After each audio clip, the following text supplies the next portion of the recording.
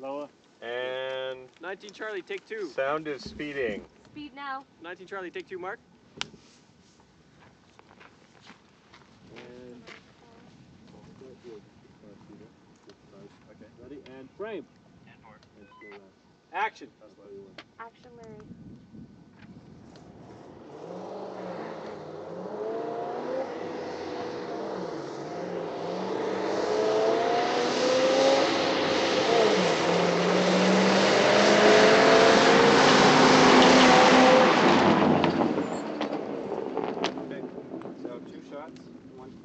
Of the kick and one of the...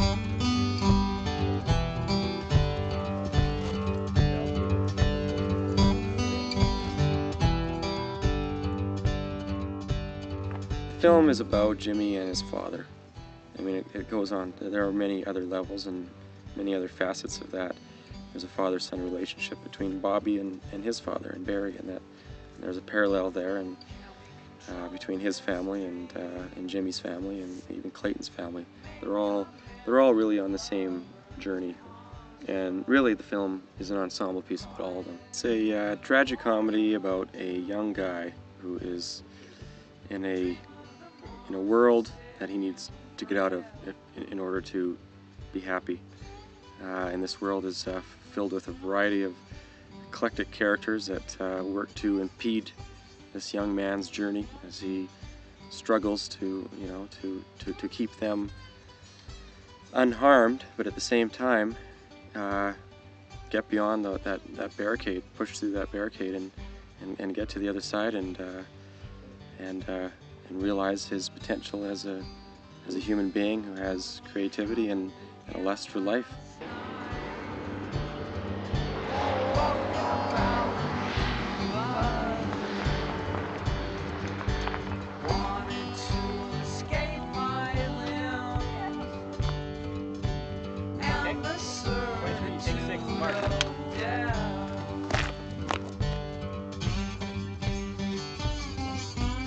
Action.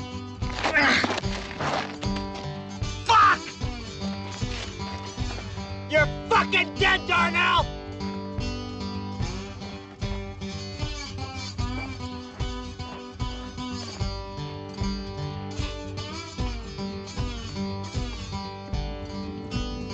Cut!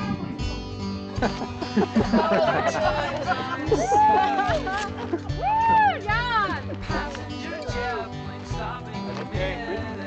Yeah, how we're moving. Okay, we're moving. The world was pretty much created by Mark, the ill-fated world, the world of Thithily. And I came in with narrative and theme, and we took it from there. Well, Bobby is somebody that I've heard 100 times everybody knows. He's a wounded animal, hence I broke my shoulder to play the role.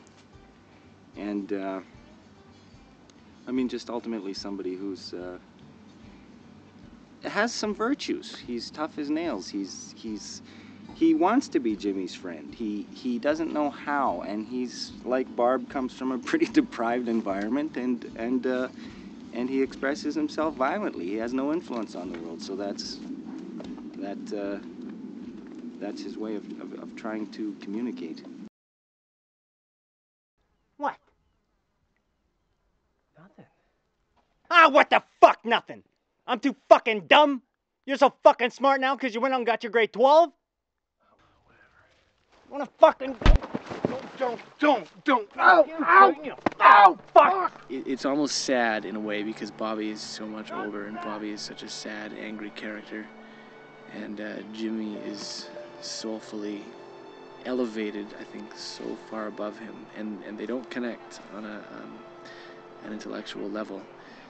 Jimmy is sort of an old soul trapped in this small town, and begins, not to use the played out metaphor, but begins as an egg and becomes a chicken in the end, finds himself, finds responsibility, and he sort of starts out with direction, but without clarity. He knows he needs to leave And in the end, he realizes that it's not external, it's in himself, and he has the clarity, but then he sort of has no direction. It's an interesting switch when he finds himself. When the story begins, he has given his entire farm and his fortune to a religious colony. And the purpose of Grampy in this movie is to get his grandson to join him. And that's a huge conflict for Jimmy. So we have some big conflicts, for sure. There's a constant struggle between Jimmy and his environment. And his environment is really a metaphor, a reflection of his psychological dilemma. Fifthly is not knowing what you want to do, and all of the obstacles that come with it, incarnate. We were in the mountains. We had not enough money. And as the accidents compounded and the fires encroached upon us, slowly we began to go mad.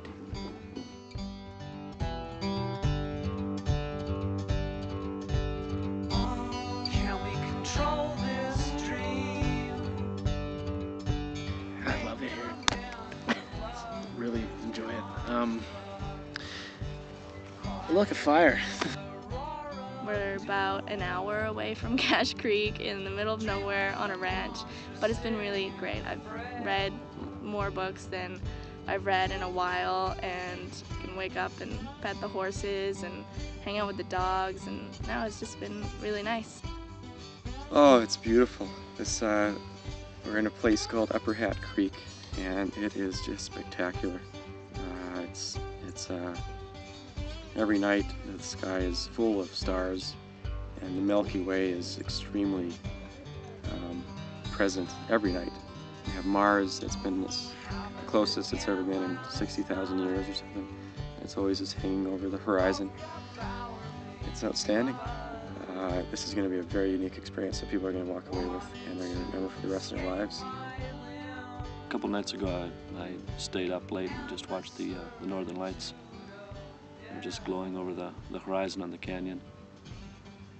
And, you know, every night that's clear, I can look up and I see the full mantle of the stars just arcing across the heavens. It's beautiful. I don't have this opportunity in the city. So, you know, to me, this location is a character unto itself. There's a scene that plays out on the dock, and a few days later that valley went up in fire. And it's I think right now, I don't even know if that lake is still even accessible, where we had shot just a few days previous. So there's also smoke in the air, and sometimes that diffuses a lot of the hard sunlight that's coming in through this valley, which is good for us, but it's a shame about what it's doing to the countryside. See, here's the thing about shooting on HD, on high definition video.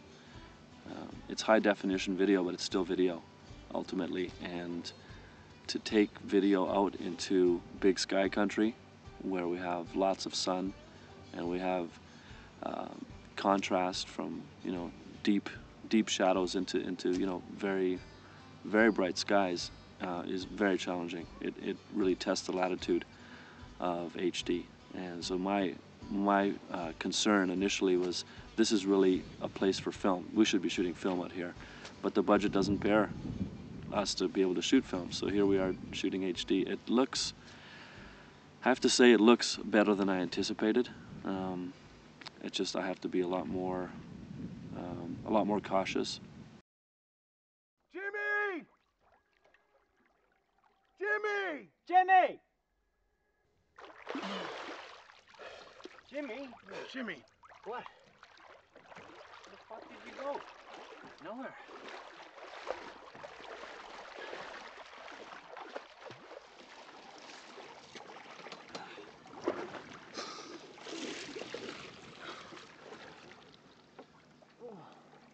Okay, cut. How come we're not getting John in the frame? That's You know what? cut. What if we stop later, Peter? Because I see John on this side Mark's of a Paul. bit of a hack, And then but you know, we all help him stop. out. You know, we hold his hand, we get the day for him because he really wouldn't know what the fuck he was doing if it wasn't for us. Mark is a fantastic director. I'm just joking.